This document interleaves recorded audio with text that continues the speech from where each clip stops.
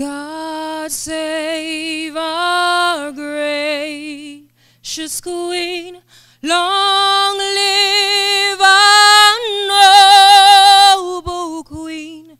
God save our Queen. Send her victorious, happy and glorious, long to reign over us. God save our Queen. Out of the huts of history's pain, our ancestors bled and died, but with strength and willpower we overcame to restore the Virgin Islands' pride. To preserve the beauty, we devised a plan to retain ownership of this precious land. Educating your people is the golden key to maintain the success of this territory. Oh, how radiant are your daughters, and how wealthy are your sons. Your beaches boast your beauty, and your success is second to none. Green and brilliant are your hillsides, they replenish our hopes and pride. Oh, beautiful Virgin Islands, your qualities can never be denied. May God richly bless this territory. May we ask three things of thee: courage for our great leaders, that they may rule our destiny. We ask for wisdom for our people, that they may live in harmony. And understanding for our children, that they may cherish this legacy. Oh, how radiant are your daughters, and how wealthy are your sons. Your beaches boast your beauty, and your success is second to none. Green and brilliant are your hillsides, they replenish our hopes and pride. Oh, beautiful Virgin Islands, your qualities can never be denied. Oh, beautiful Virgin Islands, your qualities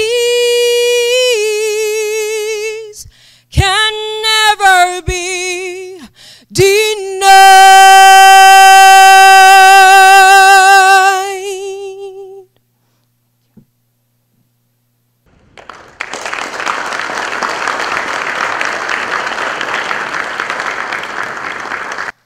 Let us call Hernan Ayala for the invocation. Good morning to all. Please bow your heads. Dear Lord, we are gathered here today on this beautiful island of Tortola and the rest of the Virgin Islands under your presence. We first thank you for allowing us to put all your delegates together, visitors, speakers, and hosts for the benefit of the Caribbean shipping community.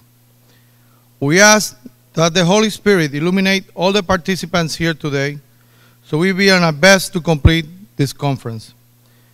And at last, we ask Jesus and the Virgin Mary to protect all our loved ones that remain behind. God bless us all. Thank you. Amen. Now with you, the President of the Caribbean Shipping Association, Mr. Grantley Stevenson. the Honorable Mark Vanterpool, Minister of Communication and Works, British Virgin Islands, Mr. Claude Klein, Managing Director, BVI Ports Authority, other specially invited public officials, distinguished industry experts, guest presenters, fellow members of the Caribbean Shipping Association, media partners, colleagues, especially Mr. Peter Haycroft, ladies and gentlemen. Welcome to the 14th Annual Shipping Executives Conference of the Caribbean Shipping Association here in the beautiful British Virgin Islands. Allow me to tender an apology on behalf of Vice President David Jean-Marie for his absence from our meeting due to illness. We wish him a speedy recovery and look forward to having him in our midst at the annual general meeting coming up in October. And here I would also like to make very special mention of Mr. Peter Haycroft, who has been associated with the CSA for over 40 years.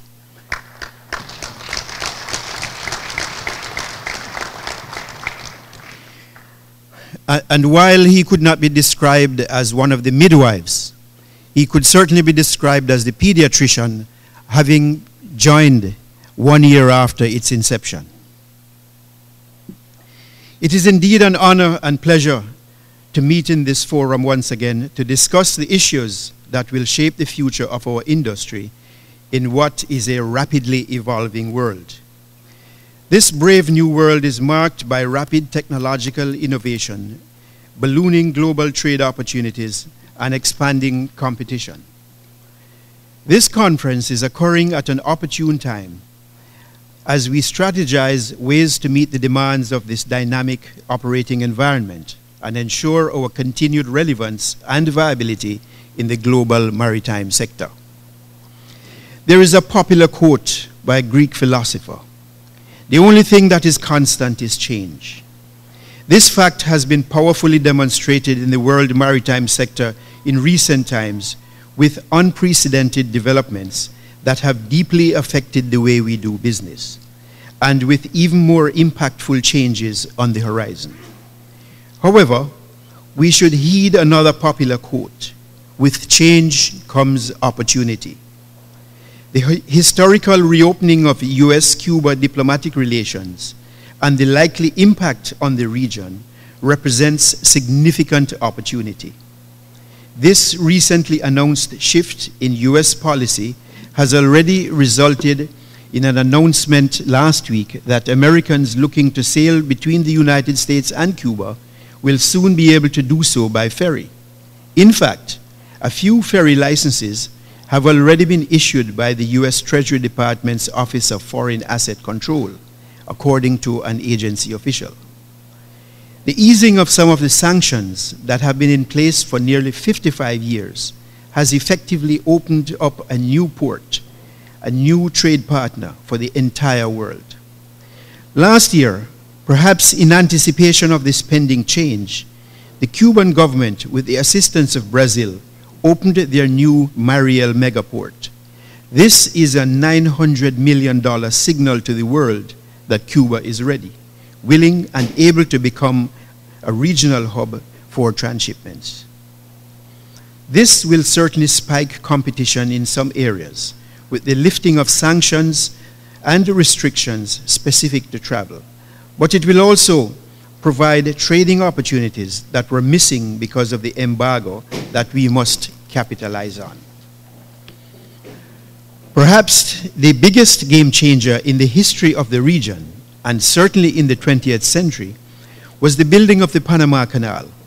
History is set to repeat itself, as it seems the biggest game changer for the region's maritime industry in the 21st century is the expansion of the same canal.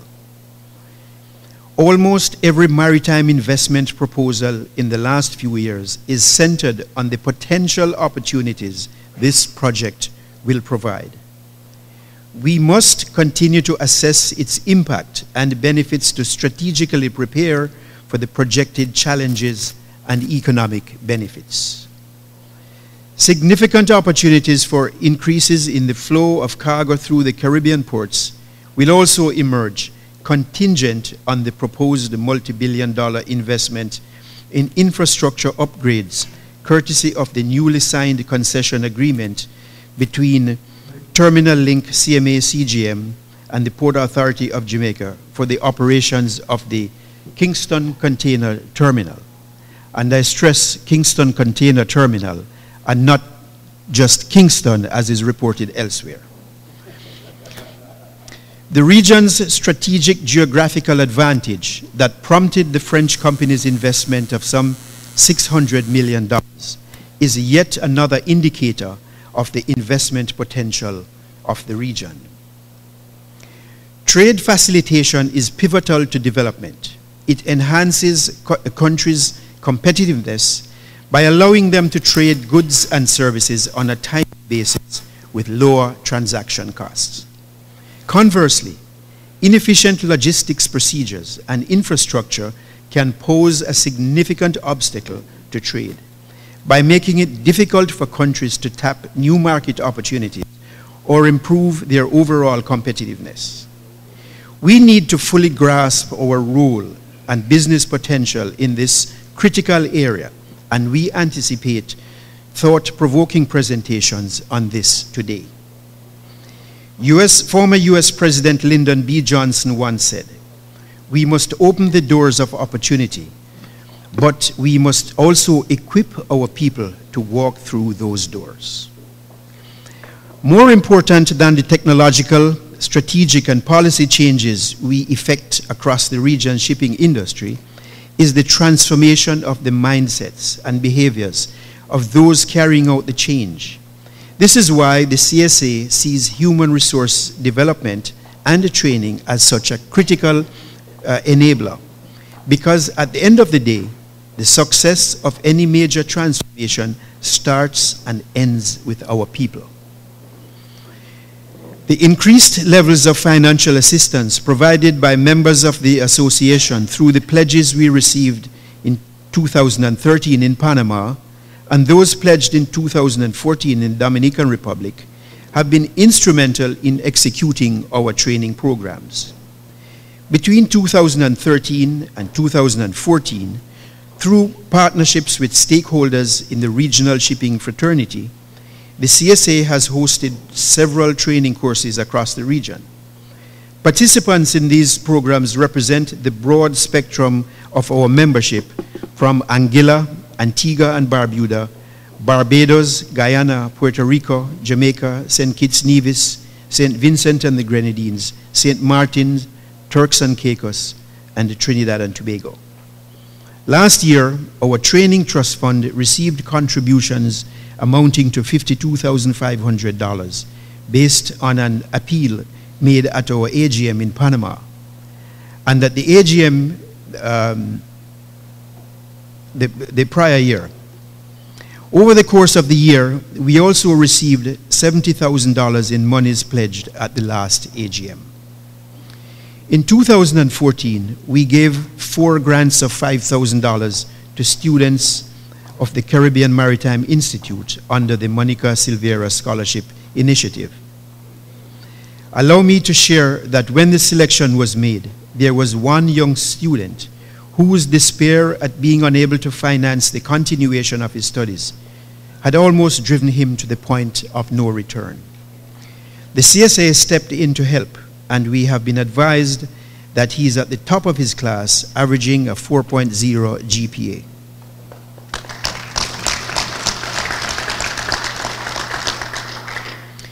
He was also one of the students selected to meet President Obama on his recent visit to Jamaica. This is how we create meaningful opportunities for change in the lives of others, and we thank you for your continued support of our educational initiatives. Before I close, it would be remiss of me to end without acknowledging the support of one of our most passionate and committed champions of CSA's training initiatives. Many of you may know that past President Fernando Rivera has been a powerful force for dynamic change in the management structure of the CSA. His sojourn as a key decision maker has taken many forms. From Group A representative on our General Council, serving as Vice President to the first female President of the CSA, Cora Ann Robertson Sylvester, to becoming President himself. After he had served his term, he again stepped up to the plate as General Manager or Acting General Manager of the Management Committee in 2011, when we had a sudden vacancy to fill ahead of the CSA's Barbados Annual General Meeting. Fernando's continued contribution to the enhanced role of the Secretariat, which includes the planning and execution of this conference and our AGM, has been solidified in his appointment in February of this year as General Manager of the CSA. We are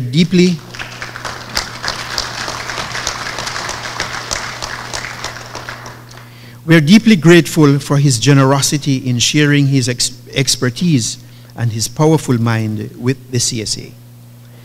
Finally, please allow me to extend the CSA's gratitude to the Shipping Association of Jamaica for its continuous support of our activities over the years, and especially in hosting our Secretariat. The contribution of the SAJ cannot be adequately quantified. However, I am compelled to point out that most of the administrative support for all our conferences and our annual general meetings in October is provided courtesy of the SAJ. As you can imagine, this is a significant cost savings to us, and we have the added luxury of knowing that the logistics and behind-the-scenes support will be handled professionally and executed seamlessly when left in the hands of the SAJ.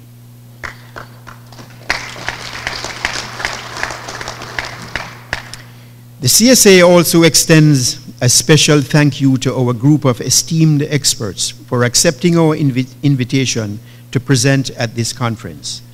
We are anticipating meaningful discussions to ensue from the exciting topics on which they will present.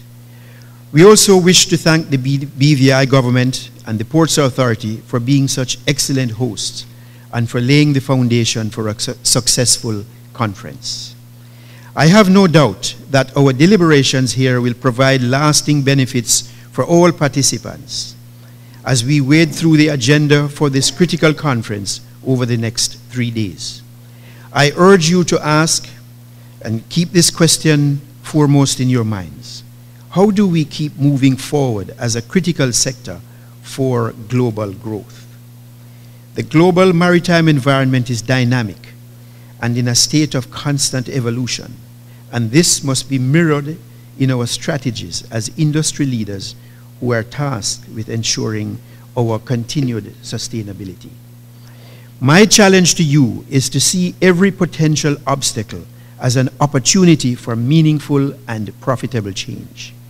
Again, on behalf of the General Council of the CSA, I welcome you all and wish for you a pleasant and productive stay in Tortola.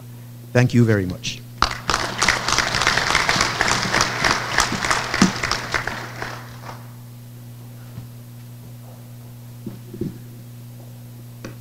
Thank you, Mr. President, for those kind words.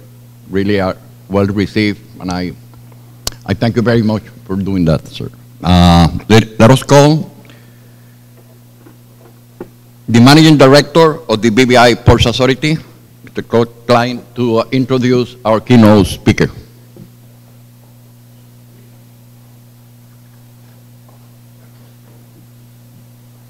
Good morning.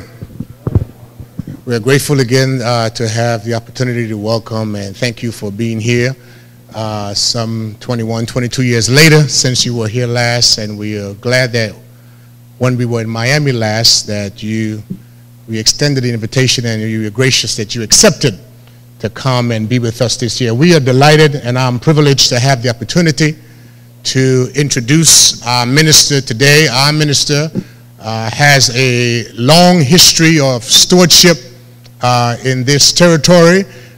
He is a husband, he is a father, he is a businessman, an entrepreneur, operates several real estate properties, operates one of the largest supermarkets in the territory.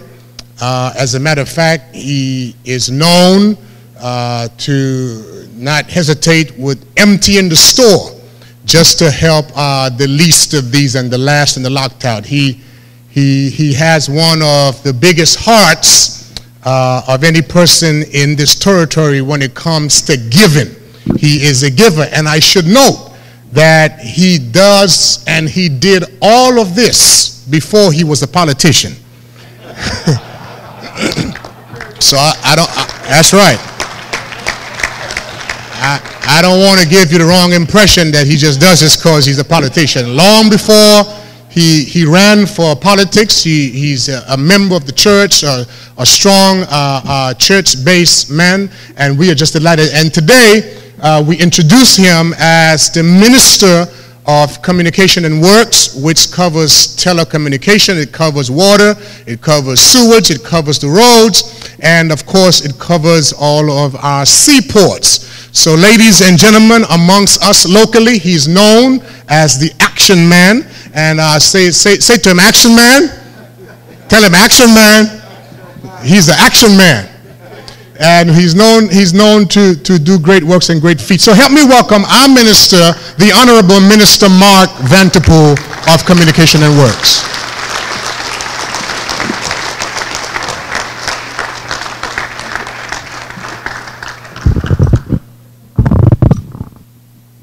Good morning. Good morning. I know you may not have had your breakfast yet, but that sounds better. Thank you. President of the Caribbean Shipping Association, Mr. Brantley Stevenson, regional government and shipping industry officials, I acknowledge the chairman of the BVI Post Authority, Mr. Edward DeCastro, who's here, my permanent secretary, the Action Permanent Secretary, Mr. Anthony McMaster is here, rest of the team from the Ports Authority, from my ministry, all of you wonderful folks in the various authorities and shipping groups. Other delegates, good morning again. I want to apologize for our premier. He was supposed to be here. I got a call early this morning from him telling me he was called away for something else, but he wanted to express his welcome to you to the beautiful British Virgin Islands. I'm very pleased to bring you greetings and welcome all of you delegates from overseas as you attend the 14th Caribbean Shipping Executives Conference being hosted by the Caribbean Shipping Association. I think you'll all agree that we got off to a fine start last evening. Do you agree?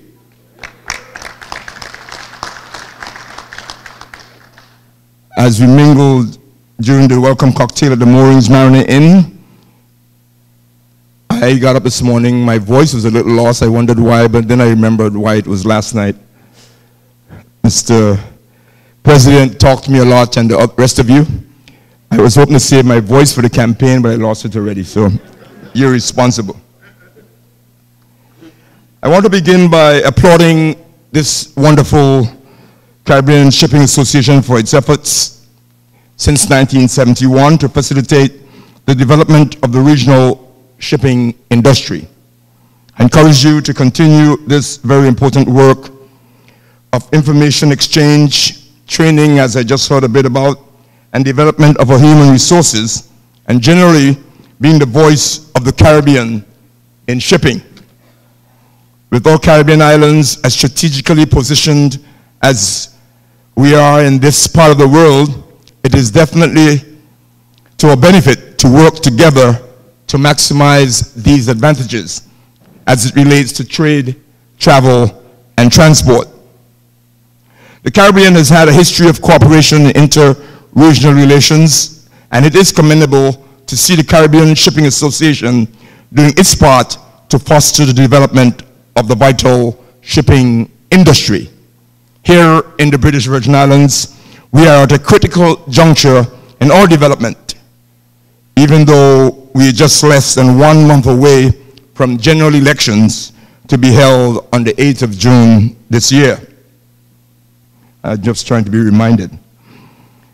The government of Premier Dr. D. Orlando Smith has worked very hard over the years to improve the infrastructure of this territory for the benefit of all of its residents and visitors in areas including tourism and financial services, our road networks, utilities and transport, our educational facilities, and health and social development. We can specifically speak of where we are. We are undertaking a major road network upgrade on the 4 main islands of Tortola, Anegada, Virgin Gorda, and Jos Van Dyke. We have begun a project to upgrade our electricity generation capacity and introduce renewable energy initiatives over the next 18 months to the tune of some $40 million. We have a new state-of-the-art hospital on the main island of Tortola, where we have spent about $100 million over the last several years, and we have broken ground recently as a government for a modern medical facility on our sister island of Virgin Gorda. We have created a clear path and process for the development of our international airport. Fifthly, we have built a new technical school and continue to upgrade the facilities and curriculum at all of our schools. And sixthly, we are upgrading our historical sites and tourist attractions. Like I said last night, I need your vote for it, so I expect you to clap for that, for those 6 achievements. You're a bit late in registering, but I hope you will tell everyone about us today. You may have heard that we are undertaking a multi-million-dollar expansion of our cruise pier in the capital city of Road Town, and I know you will get a first-hand view of the facility at the cultural evening and when you tour the project later this week. Our government responded to the urging of leading cruise industry executives back in 2012 when I visited the Florida Caribbean Cruise Association and immediately moved to place ourselves in a competitive position to continue to benefit the global cruise tourism industry here in the Caribbean. Tourism is one of the economic twin pillars of our economy here in the Virgin Islands, and it was critical for us as a government to ensure the viability of this industry for taxi and tour operators, our vendors, restaurateurs, and others in the hospitality sector. Recognizing this, we set out to improve our destination by expanding, lengthening, and strengthening our cruise pier to accommodate the larger classes of cruise ships now visiting the Caribbean. We were pleased to welcome the Norwegian Getaway 2 weeks ago in April 29th with approximately 6,000 passengers and crew when we officially opened the expanded cruise pier marine side. With the completion by the end of this year, 2015, of the landside development, which includes a welcome center, accommodating customs and immigration, shops, restaurants, and other facilities, the British Virgin Islands will be well poised to be a major player in the cruise industry in the Caribbean. We continue to look to our partners in the region, yourselves and internationally, and offer our own expertise as well, as we collectively seek to improve the region's standing on the world stage. So as you wonderful delegates deliberate over the next few days, I encourage you to be mindful of the important role you play in this vital industry, which impacts the livelihood of so many of us Caribbean nationals. I expect you to have a fruitful discussion this week, but I also expect you to take some time out to enjoy our beautiful Virgin Islands, nature's little secrets. We say, come enjoy, keep it a secret, but tell everyone. So that you would be enticed to come back again and again with your families and friends, and hopefully for some more meetings before the next 22 years. Thank you very much. God bless you. God bless the Caribbean Shipping Association. God bless these beautiful Virgin Islands. Thank you.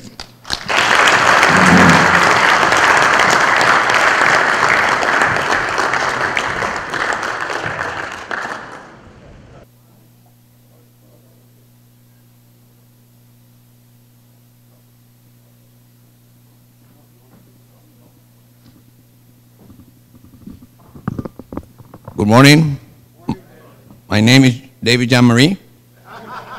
I thought the IPP didn't have anything else to do when you just finished your president, but it looks like you can be acting vice president based on the new rules here. But really, we want to take the opportunity to thanks for you having the time to come share with us the progress and the project you have in the island. Also, thanks for nice reception last night. We hope this just continuing crescendo and be much, much better every night. We know it's going to happen. So, since you always are giving things, we want to do the opposite now. We want to give you a token of appreciation to Mr. Action Man. So I will invite the President and the Minister to go in front so he can receive a token of appreciation of the Caribbean Shipping Association. So please, a round of applause.